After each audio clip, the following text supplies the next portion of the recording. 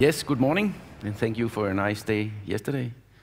And I hope you really enjoyed it, and I'm sorry not all of you took part in the dinner and in the tour in the clock tower. But perhaps another day you will have the opportunity to go there.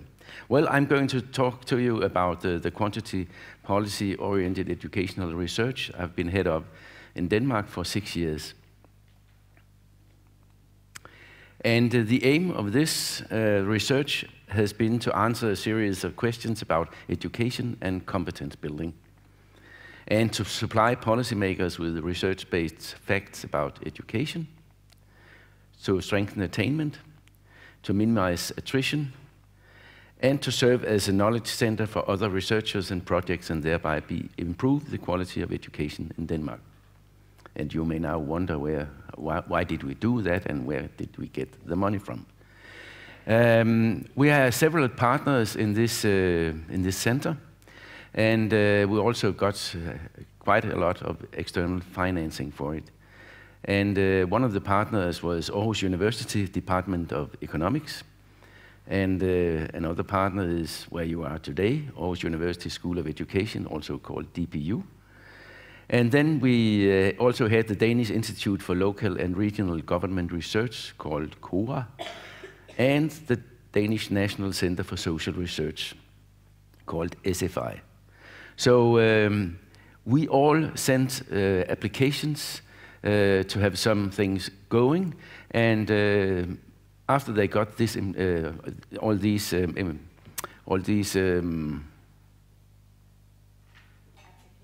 applications, yes.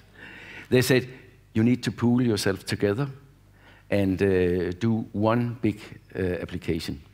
And we did that, and we had a total grant of 7 million euro. That's quite a lot of money, and I think it's the biggest donation that has ever been given to educational research. And the application was sent to the Danish Council for Strategic Research, and they gave us 5.6 million euro. And then we had some co-financing on 1.4 million euro. The co-financing came from 3 of these institutions, not from KORA, because they don't have a budget for that. And let's see who participated and how much did we produce. In total, we were 46 researchers from partner institutions, and you may say, well, 7 million euro, that's quite a lot of money. But when you are so many people going into it, some of them gave perhaps 2 months over a period of 6 years. And I think I was the only one who was employed all the time, 100%. We had 13 researchers from other Danish institutions, plus 8 researchers from foreign institutions all over the world. And if we look at the results, when we entered the center, here in February this year, we had 19 peer-reviewed articles or book chapters. We had 10 scientific reports. We had 5 PhD dissertations and 29 working papers. And many of these are now have been sent for publication in international journals. We also had 2 popular science books, which I wrote both of them. In total, 65 titles. And is it very many titles or is it few titles? Usually we would say that for 1 million Danish kroner, you are supposed to have 1 publication. And we had 53 million Danish kroner and 65 titles, so I think it's a good result. And now you have been listening to this morning about RCT, and RCT should be the best design you can have, but they have problems, as we heard. If we look at the areas we have been looking into, then we have the preschool area. We have indeed been looking at the conditions even before the children were born, and then up to the start in school. We have primary and lower secondary school. We have upper secondary education. And after that, we are looking at participation in labor and market and the income at some age, 30, 35 years. And we really prefer not RCTs, but we prefer natural experiments, because RCTs have their limitations. I think the biggest one you can see in the American project called the STAR project about class size, where they made RCT. Here you can go to a class size that is reduced, and here you have the normal class size. If you do that, everybody will know if they are in the control group or if they are in the experimental group. Everybody would be happy about sitting in a small class, and everybody would be sad about sitting in the big class. And if you compare them afterwards, you have some very heavy bias. So we prefer natural experiments. And what is that? That is if something happens in the society, if rules change, or if there are something you cannot control that decide if you are going to, for instance, a small class or a big class. There might be what we call selection bias in some cases, but we think that the best is natural experiments. So we have quite a number of them. Okay, we also have one RCT study, which was not very successful, I must admit. And then we have a longitudinal follow-up studies. So these are the designs that we have in our studies. And then we have been looking at preschool quality. And of course, it's not very easy to define what preschool quality is. Yes, you might be able to see it with your own eyes when you observe it, but then you need to have some observers going there, and when can you measure it afterwards? You can also say when should the effect be measured? And you could say, just for the fun of it, we tried to measure it when the students were 15. So we check up when they are 15. That's the point when they are leaving lower secondary school and they go to the school leaving exam, and they get their marks. And these marks have been, we have been able to use them for research since 2002. Before that, you could not get access to them.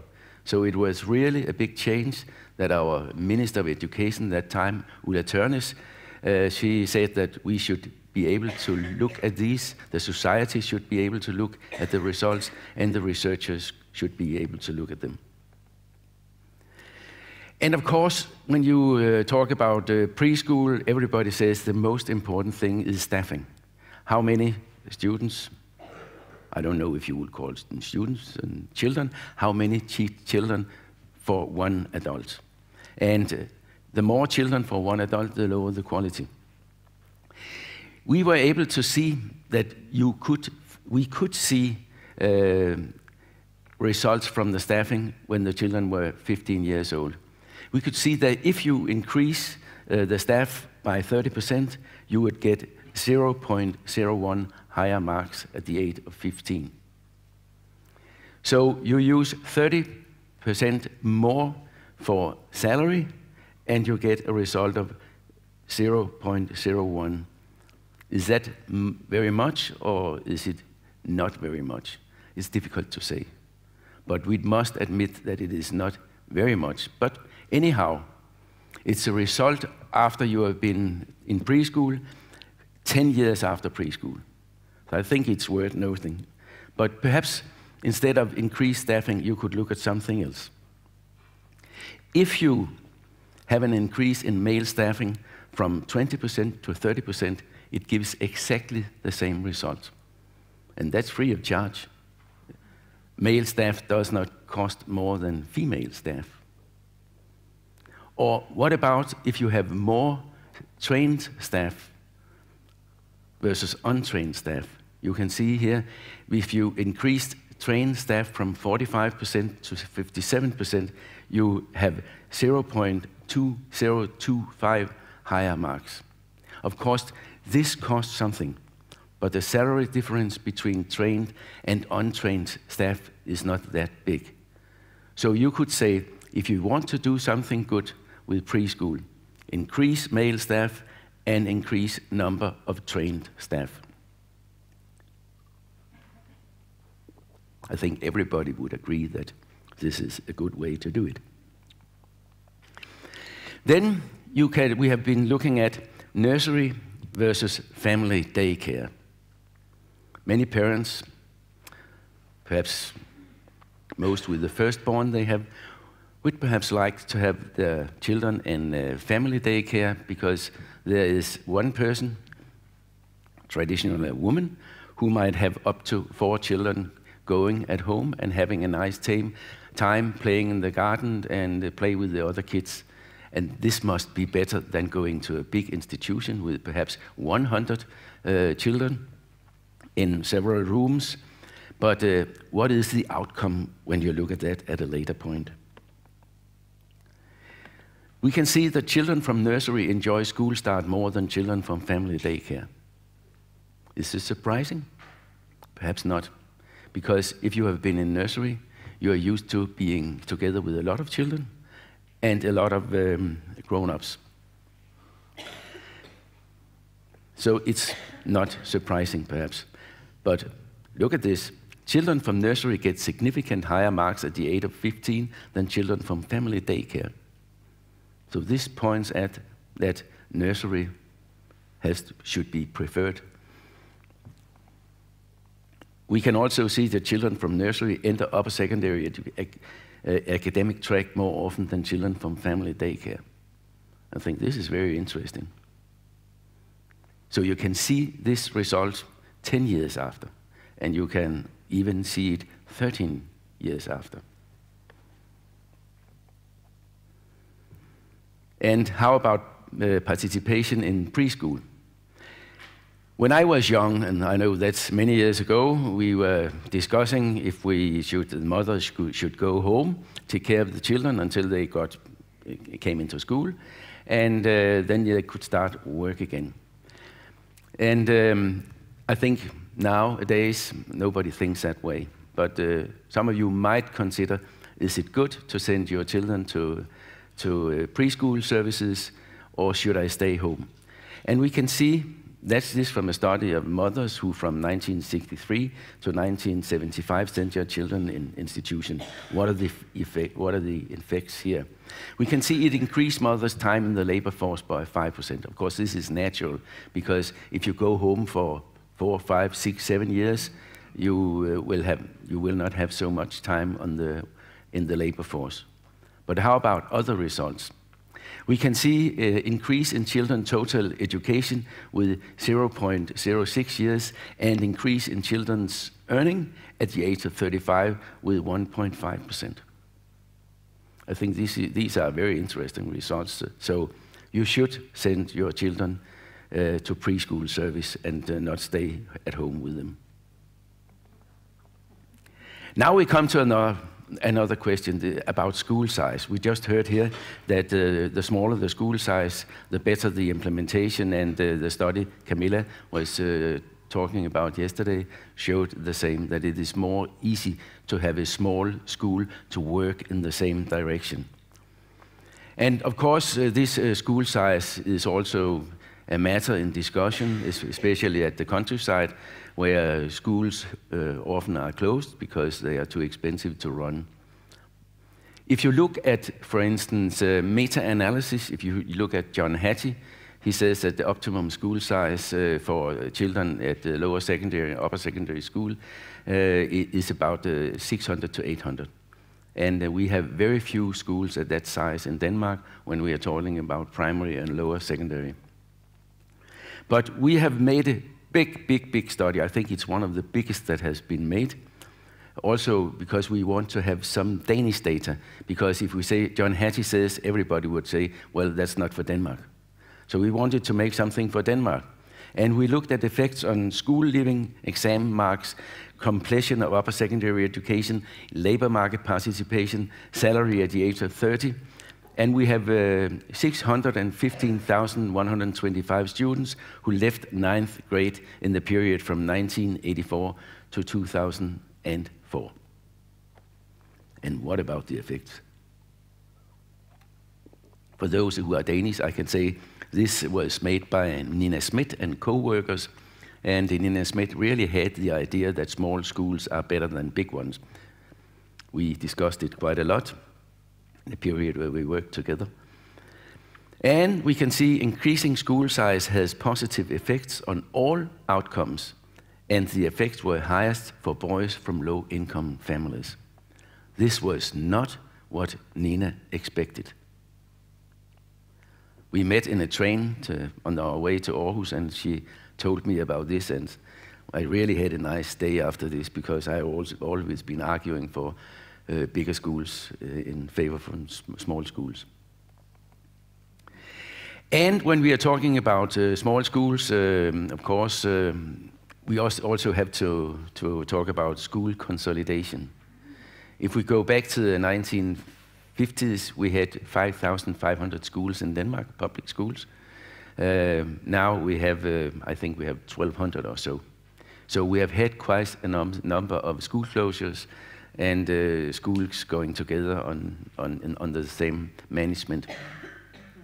We have been looking at school closure and merging of schools and the effects of national test results in 2nd and 4th grade. In the study, we have 320 schools which are closed or merged. Sorry, there was a misspelling here. In the period from 2010 to 2011. And in total, we have 14,025 students. We can see a negative effect size, and here we have it in Cohen's D, but the negative effect fade over 4 years. So 5 years after the school closure, there are no negative effects. So of course, everybody is sad when the school closes or when they are put together. But what about if you don't close schools, but you have the headmaster on one schools and then a local leader on one of the smaller schools? The effect here is that joint leadership has a positive effect on test results. And you can, of course, wonder how comes. What we think it is, because this is a study which is made by economists, so they have not been out looking there. So I, as a psychologist, school psychologist, could say, I think it is because if you are in a very small school, perhaps with 100 students, 150, you have a very closed circle about this, and there's not perhaps very much development, and everybody knows each other. But when you suddenly have another headmaster in the school that comes and look, how are you doing? What are you doing? This, there will be positive effect because some other eyes are looking at you and you cannot sit there falling asleep all the time. Well, I've been a teacher in a small school. We were 3 teachers and 41 students, and the 2 other teachers were married, so it was a very tight climate. And now we come also to one of these fantastic issues, the class size. Everybody would like a smaller class size. Everybody. Teachers would, of course. Parents would. And sometimes even students would. So why are we running with all these big classes? And even some private schools in Denmark are arguing that we have small class sizes and therefore they are very attractive for some parents. And we had looked at the class size effect on school leaving exam marks. And I can say the max class size in Denmark is 28, and the average is between 20 and 21. So if we look at them with worldwide eyes, they are rather small. In the study, we have used 10th grade, and we have 485 schools, and we have looked at them in period 2001 to 2006, and the reason we got it from 2001 that these results at the school leaving exam marks have been public. We have 46,267 students, and the average class size here is 20.9. And why did we choose 10th grade? Well, 10th grade is an option in Denmark. You can go there, or you can go direct from 9th grade into upper secondary education. And when we call it 10th grade, it is in fact now the 11th grade, because we have the kindergarten class, which is called 0 grade. And in Norway, they are not so stupid. They call it 1st grade, and then 9th grade would become 10th grade. But this is in fact 11th grade. And the good thing about 10th grade is that there's no selection problem. Because when you want to go in 10th grade, you cannot know how many other students that will be in this class. It is dependent of the school and how many rooms they have and so on, and the maximum of 28. But the average class size in 20.9. We can see a reduction in class size with 10 students. That means we half the size has a positive effect on 0.1 mark points. And perhaps it's a little difficult to see how much it is. But think of it, 0.1 mark points. That's not very much if you increase the salary with 100%. The researchers here has done another study in French lessons where they have been able to use another measure of effect. And here we can see that an increase in teacher salary, that means a reduction of number of students per child by 5%, give an increase in 0.4%. So, in other words, it's not worth investing in. But how about having a high-risk child in class? This was a very interesting thing because we had a new law in Denmark about special education, and in an agreement with the government and the ministry and the Association of Municipality, it was decided that we should include more students in regular classrooms. And for many teachers, parents, there is this thought that if we have a problem child or if we have an included child in the class, will it not lower the results for all the other ones? So we started that. And we looked at the negative effect on the class as a whole. And we had quite a lot of students here, or almost a quarter of students, on two different outcomes, with two different kind of high risks. And we looked at the outcome at the school leaving exam marks.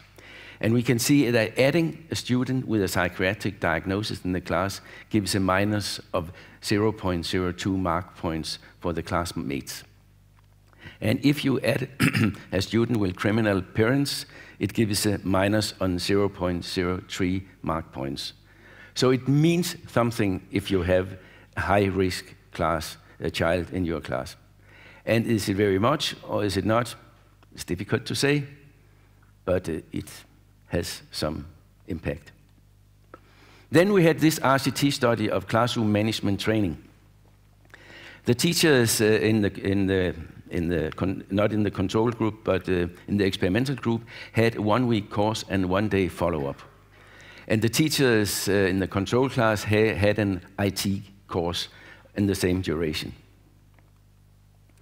And we had 1,296 students in first and second grade on 24 schools, and they were split randomly in 2 groups. And the outcomes were intelligence test, strengths and difficulties questionnaire, reading test, concentration test, national test in Danish. And the results are that concentration effect has a size of 0.21, Cohen's d, and in Danish 0.10. Is it very much? It's difficult to say. But unfortunately, we had no qualitative follow-up with teachers, so we could not really know how it was implemented. We had an intention of that one of our PhD students should make this study, but unfortunately he didn't like to do it, so it was not done. Then prediction of status at age 27. When you are 27 years old, you are on your way in the adult life. And the way we started this is that we have looked at 1,881 students participating in PISA 2000. And then in the grown-up PISA, you could say, the PIAC study in 2012 to 2013.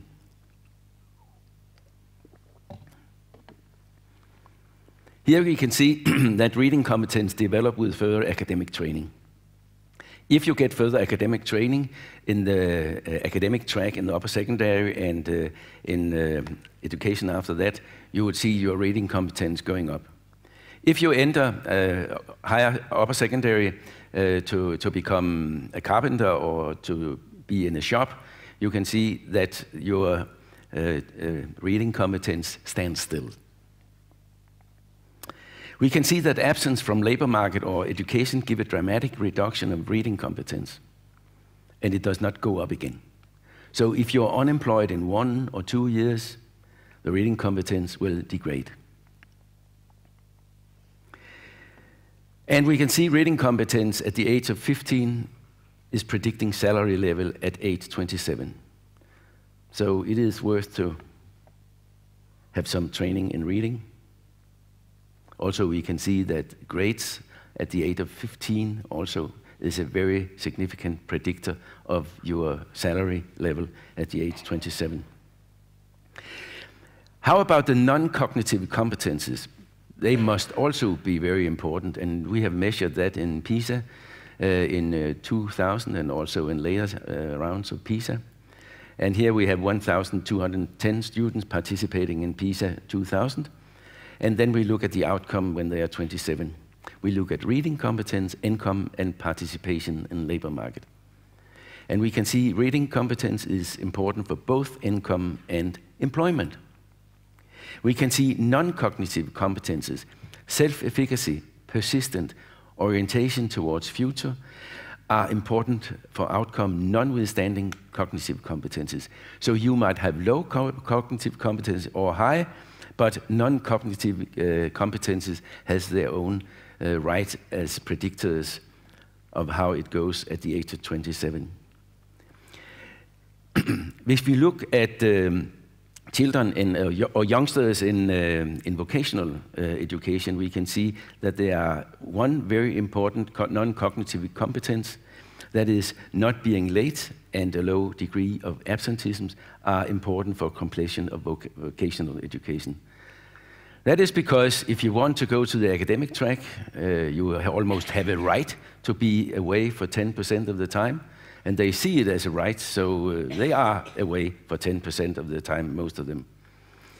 But if you want to become a carpenter or stand in a shop, you need to be there on time, and you need to be nice towards the customers, and if you are not, you are thrown out. Non-cognitive competences, self-efficacy, persistence, orientation towards future are important for employment, notwithstanding salary level. So for those of you that are teachers, it's only very few of you I know, you really need to look at these non-cognitive competences because they are very important. So, thank you. I had my half an hour.